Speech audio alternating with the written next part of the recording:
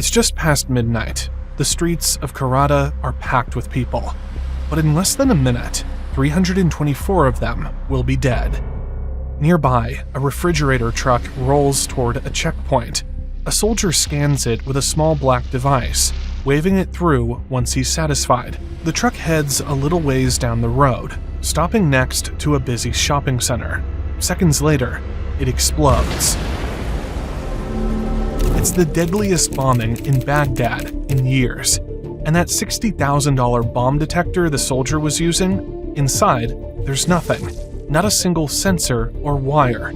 Just a $60 plastic golf toy with a new label, sold to 27 countries in every major war zone. The governments knew they didn't work because intelligence agencies had already tested them, and yet they kept on buying, even after the man behind it all went to prison. So how did he pull off the deadliest con in modern history, and why did it take so long to stop him?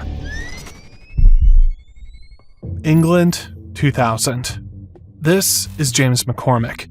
At 44 years old, he spent the past 20 years selling telecom equipment across Africa and the Middle East. He's well-dressed and confident. They say he can sell anything to anyone. But the mobile phone boom has crushed his market. He needs something new. A friend tips him off about a new product that can supposedly find anything. He decides to see it for himself. Inside, a small group of men gather in the living room. On a table in front of them sits a strange device. One of the men picks it up and slowly walks across the room.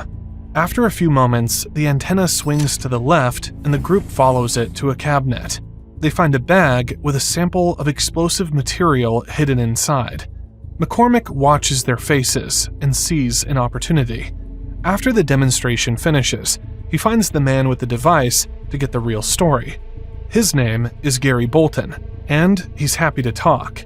It started as a cheap toy, but in the 90s, someone rebranded it as a drug detector and started selling it to American police for thousands of dollars. Claimed it could find drugs, weapons, or even specific people using nothing but a Polaroid photograph.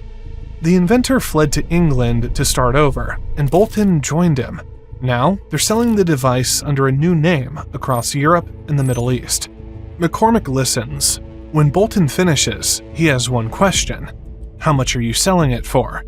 Within weeks, he joins their group, but the partnership doesn't last.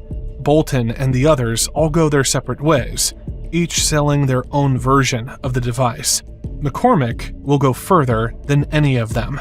By 2004, he's touring factories across England with his prototype, looking for a manufacturer willing to build a version that looks like it belongs in a war zone. Most factories turn him down. They can see there's nothing inside, but eventually McCormick finds one willing to make them. In just 2 short years, he's running a small operation out of a former dairy in the English countryside. He calls the company ATSC, and they only have one product, a bomb detector called the ADE-651. He turns it over in his hands, studying the simple design. The pistol grip and telescoping antenna make it look like something the military would actually use. He examines the card reader that clips to the user's belt and pulls out one of the detection cards. They're color-coded for explosives, drugs, and human tissue. But inside, there's nothing but a 4-cent anti-shoplifting tag that clothing stores stick on their merchandise. Each device costs less than $60 to make. McCormick sells them for up to $60,000. He starts booking meetings wherever he can. The first person to take him seriously is a retired Lebanese general named Pierre Georgiou. McCormick gives him the full sales pitch, claiming the device can detect explosives from half a mile away, that it works through walls, underground, and even for airplanes 3 miles in the air. Georgiou looks at the device and questions why there's no battery or power source. McCormick tells him that it runs on the user's static electricity. The science behind it is something he calls electrostatic magnetic ion attraction. When they press him for more details, he has another answer. The bit with the magic in it. When Georgiou tries the device himself, the antenna doesn't move. But McCormick doesn't flinch. He explains that the user needs to shuffle their feet to build up a charge. They just need to relax and clear their mind to get it to work. He takes the device back and walks across the room. The antenna swings directly toward a hidden target. McCormick smiles and says, "The device can't fail. Only the operator can." Georgiou is impressed. He tells McCormick about his connections to the Lebanese government and other UN officials. Within months, ATSC has sold dozens of units to the governments of Lebanon and Niger. Even the UN's peacekeeping force buys some for protection. But these are small deals, and McCormick wants something bigger. He finds his opportunity in the most violent city on Earth, a city averaging more than one car bombing a day. Baghdad, 2008.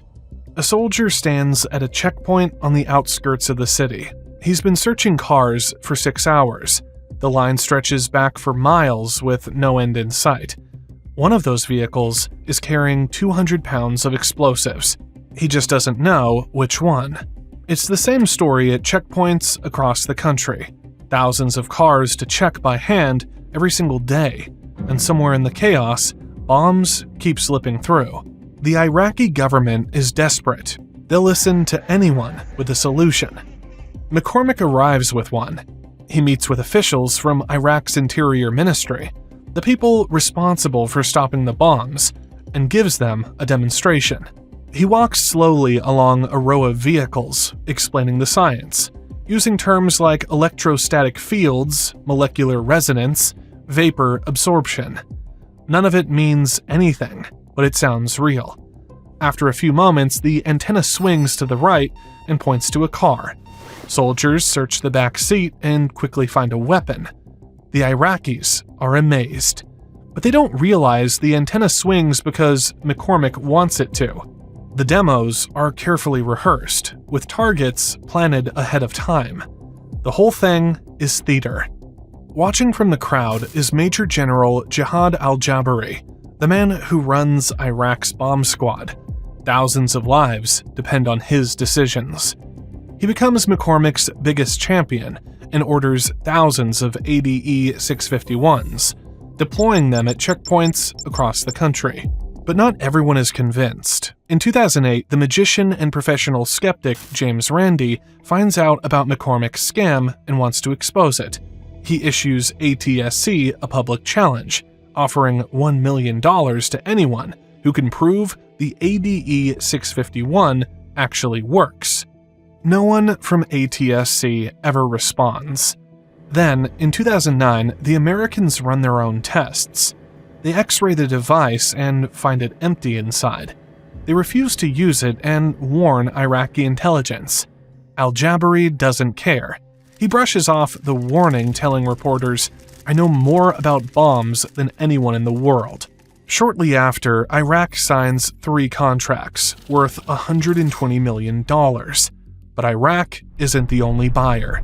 McCormick sells his bomb detectors to Thailand, Pakistan, Mexico, Kenya, Lebanon, Niger, Georgia, Hong Kong, more than 20 countries in total. The money pours in, and McCormick spends it just as fast.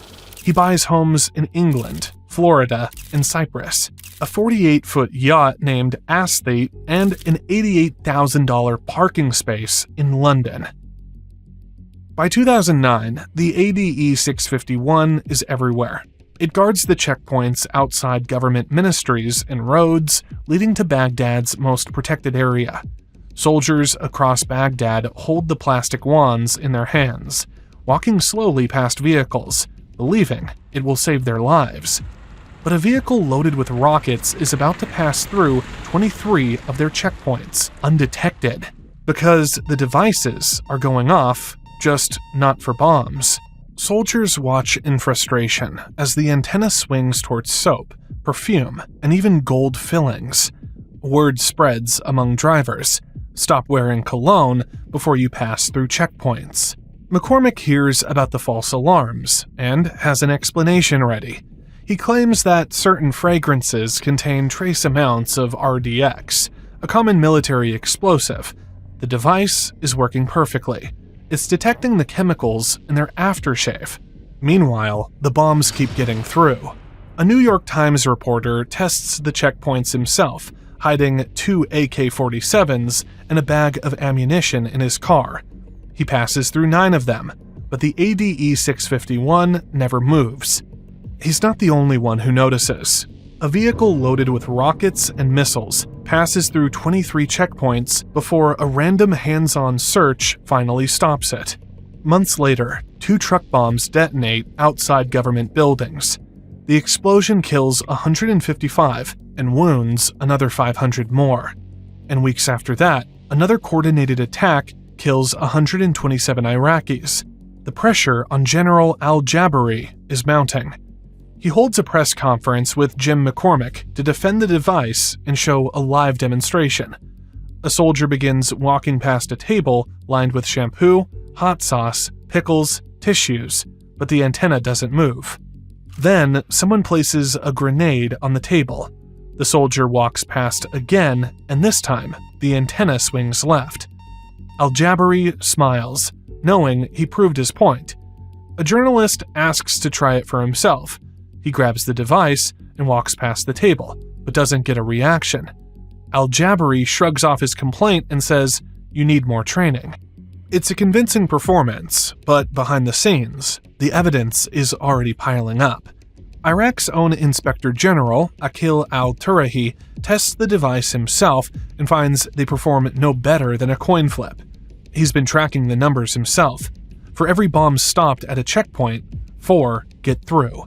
But someone above his pay grade wants the contracts to continue, and his report gets buried. Between 2008 and 2009, bombs keep slipping through the checkpoints, leaving over 1,000 Iraqis dead and many more injured. One of them is Haneen Alwan, a 21-year-old pregnant housewife out buying ice cream when a bomb goes off. Haneen survives the blast, but her unborn child does not. She's left with burns covering her face, hands, and chest. She undergoes 59 surgeries in the years that follow. Somewhere along the way, her husband leaves her during one of her recoveries. My life was completely destroyed. I lost everything in an instant. The man has no conscience. He's morally bankrupt. How could he sell them just for the money and destroy the lives of others? She'll never get an answer, but she's not the one asking this question, because someone inside McCormick's own company has been watching, and they've seen enough. They confront McCormick directly, demanding to know what the ADE-651 device even does. McCormick doesn't flinch. It does exactly what it's designed to do. It makes money. That night, the employee sits at his desk, staring at a blank screen. He knows if he stays silent, more people will die. He writes a letter to the British government and to all of ATSC's customers, telling them everything he knows. But he never hears back, so he tries again. This time he sends more evidence. Eventually, a committee member of the British government writes to him, promising to give his complaint proper attention. But months pass and nothing changes. The devices are still on the market, and bombs keep exploding. The whistleblower is ready to give up, but a British journalist isn't. She's been chasing this story for months, interviewing soldiers who don't trust the devices, and the senior Iraqi officials who defend them anyway. Every story is the same. The device works in the demo and then fails at the checkpoints. But she needs proof. Then she finds the whistleblower. He's been waiting months for someone to listen. Together, they obtain an ADE-651 and bring it to a scientist in Cambridge University. They're expecting to find a sensor or computer chip, maybe even a circuit board, something they can analyze. But when they crack open the device, they discover it's just empty plastic. They cut open the detection cards next, finding just a 4-cent shoplifting tag inside. They bring the findings to a leading explosives expert. He looks at the photos, and his expression changes. Hundreds of people will die because of this. The journalist has her proof of this scam. She runs the story, and millions watch. Within days, the British government bans ATSC from selling the devices overseas. Police cars line up the gravel driveway of McCormick's $2 million farmhouse. He answers the door in his robe, sees the officers and the cars, and holds out his hands without a word. He knows it's over. But for investigators, it's just beginning. They follow the money and start cataloging everything McCormick owns. They've already found his properties and the yacht, about $7 million in total traceable assets. But they're looking for the money he's hidden, believing millions more are buried in offshore bank accounts.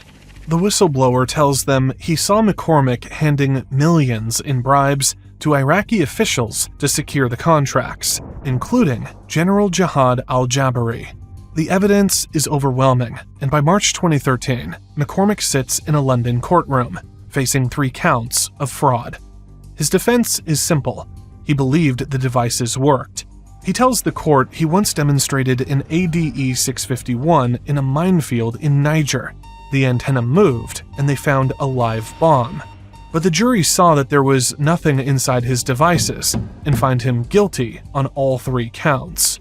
The judge gives him the maximum sentence of 10 years and says, "You've got blood on your hands." Meanwhile, in Iraq, General Jihad al-Jabari and a dozen other officials are arrested for taking bribes to approve the contracts. 3 years go by, and McCormick's fake bomb detectors are still being used despite his conviction for this scam. Then, the Karada bombing happens, and 324 people are lost in an instant. It's the deadliest single bombing in Baghdad since the American invasion began. The next day, Prime Minister Haider al-Abadi visits the scene. He's met by crowds throwing stones and calling him a thief and a dog. The Iraqi government's website is hacked. A picture of a bloodied body is posted alongside the bomb detectors. The message reads, "I don't know how you sleep at night. Your conscience is dead." Al-Abadi announces the ADE 651 will finally be withdrawn from all checkpoints. But the next morning, they're still in use. A police officer tells reporters, "We know it doesn't work, and the man who made it is in prison now, but I don't have any other choice." Back in England, McCormick is still in prison, but investigators aren't done with him. They want the rest of his blood money. Millions are still hidden offshore. A judge gives him a choice: reveal where it is and pay it back to Iraq, or serve additional time.